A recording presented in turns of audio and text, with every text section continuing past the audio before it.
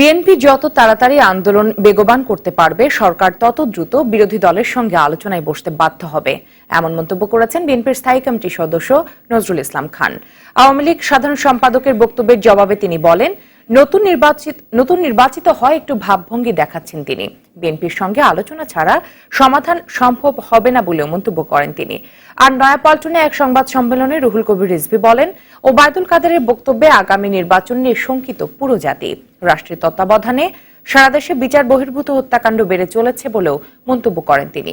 পৃথক অনুষ্ঠানে এসব কথা বলেন তারা। সেই পুরনো পথেই তারা হাঁটবেন, তাদের মনোনীত, তাদের সাজানো আইন শৃঙ্খলা বাহিনী দিয়েই তারা নির্বাচন করবেন।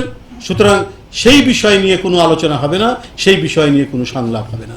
এটি হচ্ছে অত্যন্ত আগামী নির্বাচন নিয়ে আশঙ্কার বিষয়, এটাই হচ্ছে সবচেয়ে ভীতির কারণ। কাজেই তাদেরকে রাষ্ট্র পরিচালনা করতে হলে কথা বলতে হবে। এগুলেন ভাবভঙ্গি দেখায় কোনো লাভ নাই। ওই কথাটা কত দ্রুত বলবে সেটা নির্ভর করতেছে আমরা কতখানি আন্দোলন গড়ে তুলতে পারবো তার উপর। বলবে তারা, নিশ্চয়ই বলবে, কিন্তু কবে বলবে? যত দ্রুত আমরা আন্দোলন গড়ে তুলতে পারবো তত তাড়াতাড়ি বলবে।